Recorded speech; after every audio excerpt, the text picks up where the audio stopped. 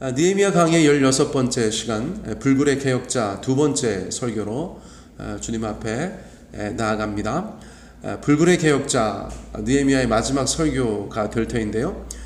개혁과 갱신에 관한 그런 말이다라고 생각이 되어집니다.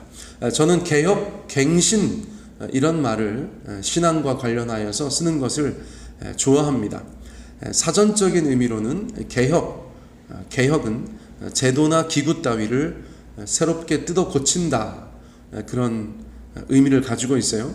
그런데 저희들의 신앙에 관련하여서 사용되면 성경에 맞게 뜯어 고친다, 그런 의미로 쓸 수 있겠죠. 교회를 개혁한다 그러면 어떤 사람의 뜻대로 개혁하는 것이 아니라 하나님의 뜻, 성경 말씀대로 뜯어 고치는 것이죠.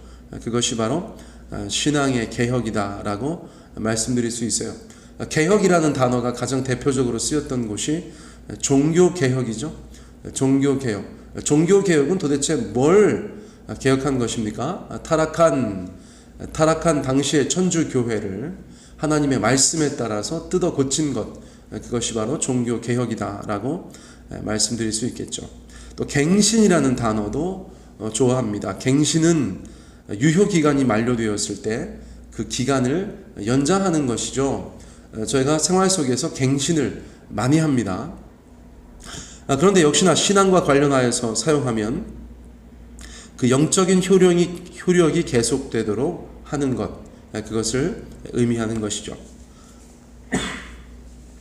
한번 바르게 했다고 해서 영원한 것이 아니기 때문에 저희들은 계속해서 갱신해 나가야 될 것이에요. 자, 그러므로 개혁한 것은 갱신되어져야 합니다. 그렇죠? 개혁한 것은 계속해서 갱신되어져야 한다. 그러므로 개혁과 갱신은 항상 같이 쓰여지는 말이다라고 생각할 수 있겠어요. 그러므로 교회는, 또 성도는 하나님의 말씀을 따라서 개혁하고 그 개혁의 결과가 계속 효과를 지속하도록 갱신하는 삶을 살아야 한다는 것입니다. 자, 느헤미야는 예루살렘 공동체 안에서 이 개혁과 갱신을 멈추지 않았다는 것이에요. 자, 본문의 상황에서 그는 최근에 종교 개혁을 실시하였습니다. 하나님의 말씀에 따라서 순종하는 것이었는데요. 먼저 암몬과 모압, 이스라엘의 전통적인 대적들이죠. 암몬과 모압을 하나님의 총회에 드리지 말라는 말씀에 순종하였다고 말씀드렸어요. 3절인데요. 백성이 이 율법을 듣고 곧 섞인 무리를 이스라엘 가운데에서 모두 분리하였느니라. 다른 뜻은 없고 하나님의 말씀에 그렇게 기록되어져 있으니까 느헤미야는 그 말씀에 따라서 예루살렘 사회를, 이스라엘 사회를 개혁했다라고 저희가 볼 수 있겠습니다. 자, 그런데 이렇게 의미 있는 개혁을 하고 나서 느헤미야는 잠시 예루살렘을 떠나 있었어요. 바사에 다녀왔다고 말씀드렸습니다. 자, 그런데 그때 좋지 않은 일이 벌어졌어요. 느헤미야 다시 올까? 사람들이 그렇게 의심하면서 느헤미야 없는 예루살렘에서 또 자기들이 마음대로 하는 자들이 있었다는 것입니다. 대표적으로 이스라엘의 원수였던 도비야가 분리되지 않았어요. 다시 들어왔어요. 다시 들어와서 어디에 거했는가? 예루살렘에 거했습니다. 예루살렘 어디에 거했는가? 충격적이게도 성전에서 거주하고 있었다는 것이죠. 우리가 삶 가운데서 원수마귀 회개하고 예수님의 이름으로 쫓아내서 이제 다 됐는가 했는데 항상 호시탐탐 기회를 노리는 마귀가 우리들이 유혹에 넘어가고 또 세상 여러 가지 것들 가운데 마음을 빼앗겨서 다시 그들을 초대하는 꼴이 되는 일들이 우리의 삶 가운데 있죠. 그래서 우리의 인생, 우리의 심령 가장 중요한 곳에 들어와서 또 꽈리를 틀고 독사처럼, 우리의 심령을 해하려고 하는 독사처럼 그렇게 기회를 노리는 일들이 벌어지지 않습니까? 굉장히 유사한 그런 모습으로 오늘 본문 가운데 이 사건을 말씀해 주고 있어요. 도비야 같은 사람들이 성전에서 자리를 잡고 있으니까 성전에 있어야 하는 사람들, 대표적으로 레위인 같은 사람들이 성전에서 자리를 지키지 못하고 다 자기 밭으로 도망갔다. 그렇게 느헤미야서는 저희 가운데 말씀해 주고 있습니다. 사랑하는 성도님들, 한번 은혜 받았다고 성도의 삶이 천지개벽하는 것이 아니죠. 한 번의 개혁으로 천국이 오는 것이 아닙니다. 우리는 평생의 삶 속에서 영적으로 개혁하고 갱신하고 개혁하는 삶을 반복해야겠죠. 이것은 천국이 아니기 때문에 그렇습니다. 우리 주님께서 함께 하시는 인생, 주와 함께 끝까지 주 뜻대로 살아가면서 마지막에 승리하는 자가 바로 저와 여러분 되기를 간절히 원합니다. 자, 바사에서 돌아와서 느헤미야가 이러한 장면을 보고 참으로 경악을 금치 못하죠.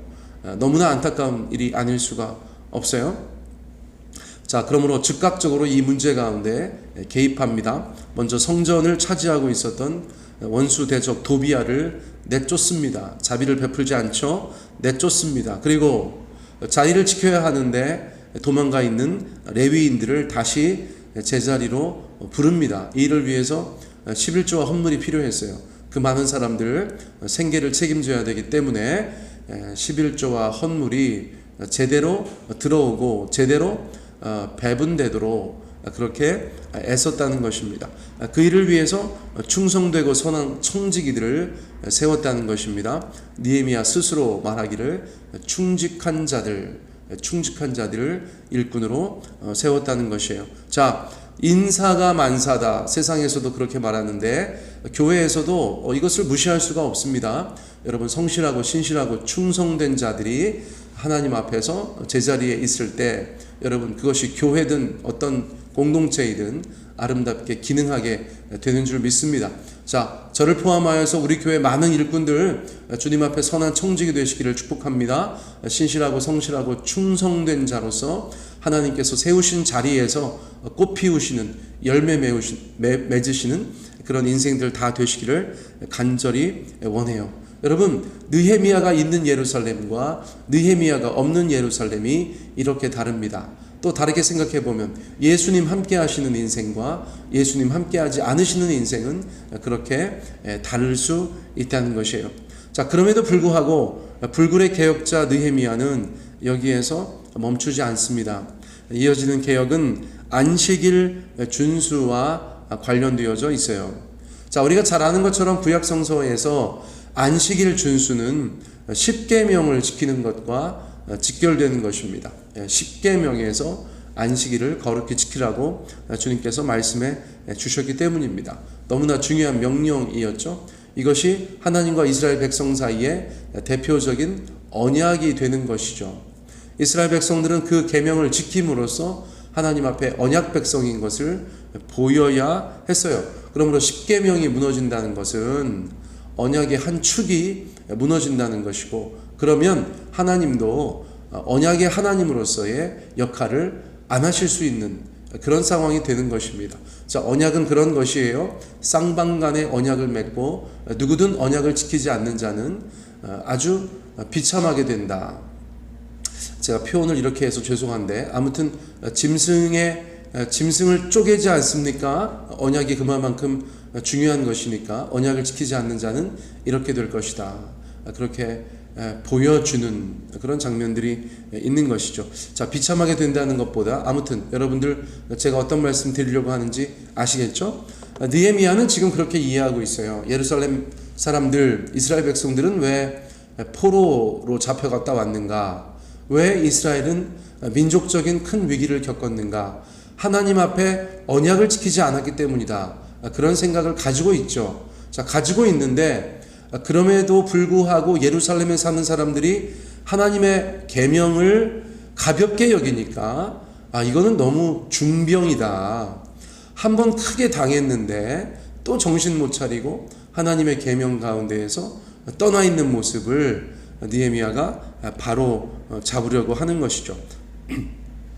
안식일 준수가 잘 되지 않았던 이유 중에 하나를 경제적인 것으로 보고 있습니다. 자, 15절 16절 말씀 봅니다. 그때에 내가 본즉 유다에서 어떤 사람이 안식일에 술틀을 밟고 곡식단을 나귀에 실어 운반하며 포도와 무화과와 여러 가지 짐을 지고 안식일에 예루살렘에 들어와서 음식물을 팔기로 그날에 내가 경계하고 두로 사람이 예루살렘에 살며 물고기와 각양 물건을 가져다가 안식일에 예루살렘에서도 유다 자손에게 팔기로 상거래가 안식일에 진행되었다는 것이에요. 파는 사람이야 당연히 좋았겠지만 사는 사람도 나쁘지 않았겠죠.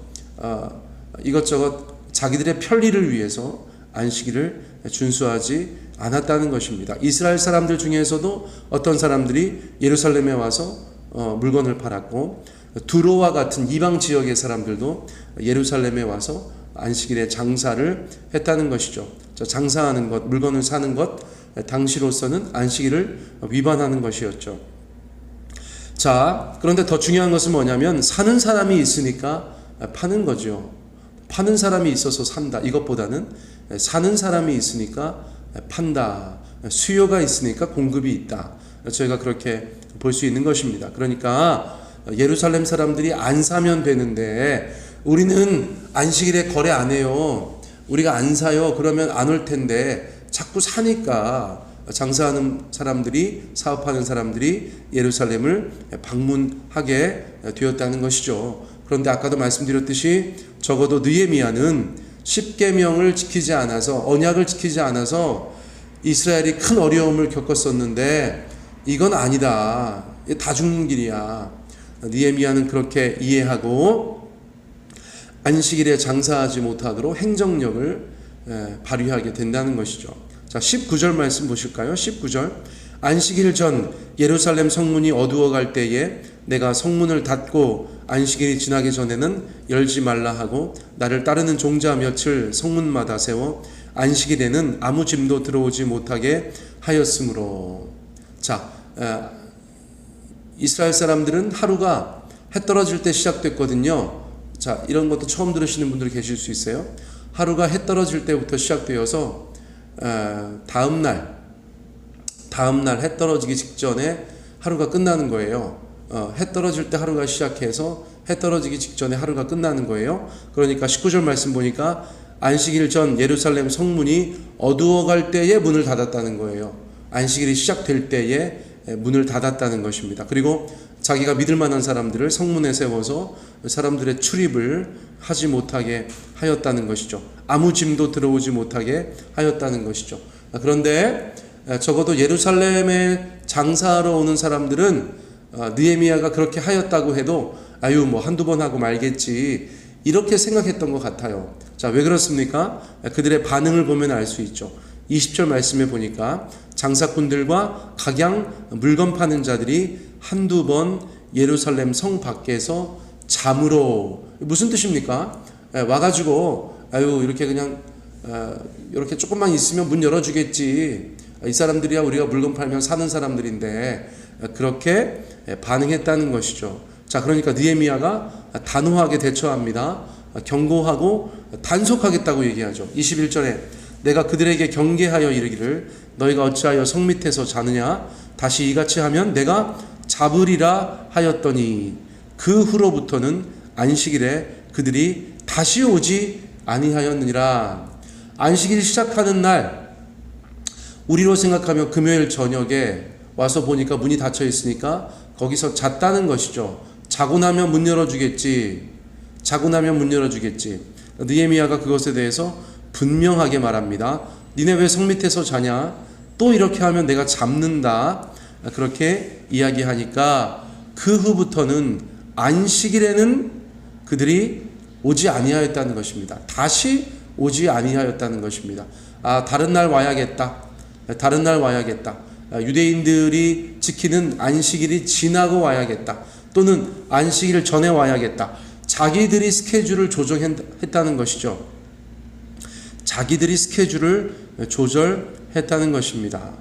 자, 세상에 살면서 여러분 신자로서 우리가 우리의 일정을 정확하게 얘기해야 되는 때가 있지 않습니까? 할렐루야. 여러분 믿으십니까?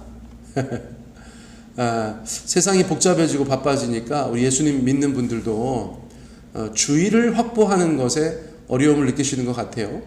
주의를 확보하는 것에 그 예배 시간 사실은 그 뭐 2시간 오가는 거 포함해서 어떤 분들은 뭐 3시간 걸리실 수도 있지만 그것을 확보하지 못한다. 시름이 깊어집니다. 예, 시름이 깊어져요. 적어도 다른 사람들에게 내가 교회 다니는 사람이다. 내가 하나님을 믿는 사람이다. 내가 예수 믿는 사람이다. 너네가 뭐라고 하든 나는 예수쟁이다. 이렇게 말하는 것이 우리의 신앙의 기본인 줄 믿습니다. 여러분, 남들이 우리한테 스케줄을 맞추는 것입니다. 우리는 하나님께 스케줄을 맞추는 것이고요. 그러므로 주님께서 우리 가운데 말씀하신 것들에 대해서 여러분 단호할 필요가 있죠. 다른 사람들이 스물스물 우리가 하나님 앞에 드려야 되는 시간들을 노리게 해서는 안 된다. 오늘 말씀 보니까 갑자기 그런 생각이 들었어요. 여러분, 느헤미야 보세요. 야, 니네 왜 거기서 자느냐? 또 그러면 잡는다. 그들이 다시는 오지 않았다는 것이에요. 저 사람들은 안식일에 문 열어주지 않는 사람들, 물건 안 사는 사람들, 나 장사 못하는 곳, 여러분 이런 인식을 줄 필요가 있다는 것이죠. 여러분, 저는 주일날 전화 한 통도 안 옵니다. 전화가 한 통도 안 와요. 물론 주일날 저녁에 행사 있으면 전화 오지요. 제 말씀은 무슨 말씀인지 아시겠죠? 예, 무슨 말씀인지 아시겠죠? 주일날 어디 갈 일 생기지가 않습니다. 생기지가 않아요. 그런 것입니다. 그런 것. 제가 최근에 어떤 분이 저한테 목사님, 교인들한테 주일 성수 얘기 좀 똑바로 해주세요. 누가 그러셔가지고 제가 여러분 본문 말씀에 의지하여서 제가 이렇게 조금 말씀드리는 거예요. 그런데 문제는 뭐냐면 지금 새벽 예배 드리시는 분들은 다 잘 하시는데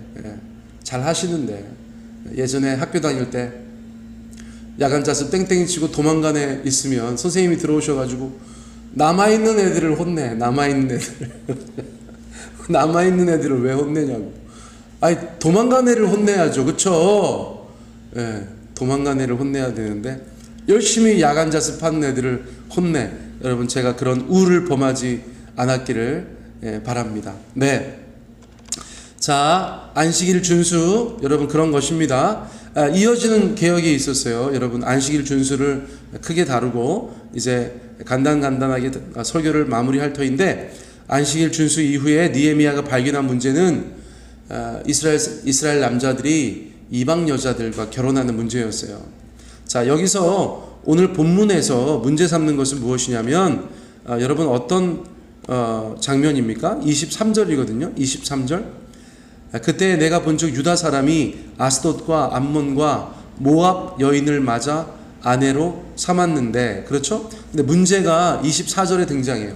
24절에 그들의 자녀가 아스돗 방언을 절반쯤은 하여도 유다 방언은 못하니 그 하는 말이 각 족속의 방언이므로. 자, 이게 무슨 말입니까?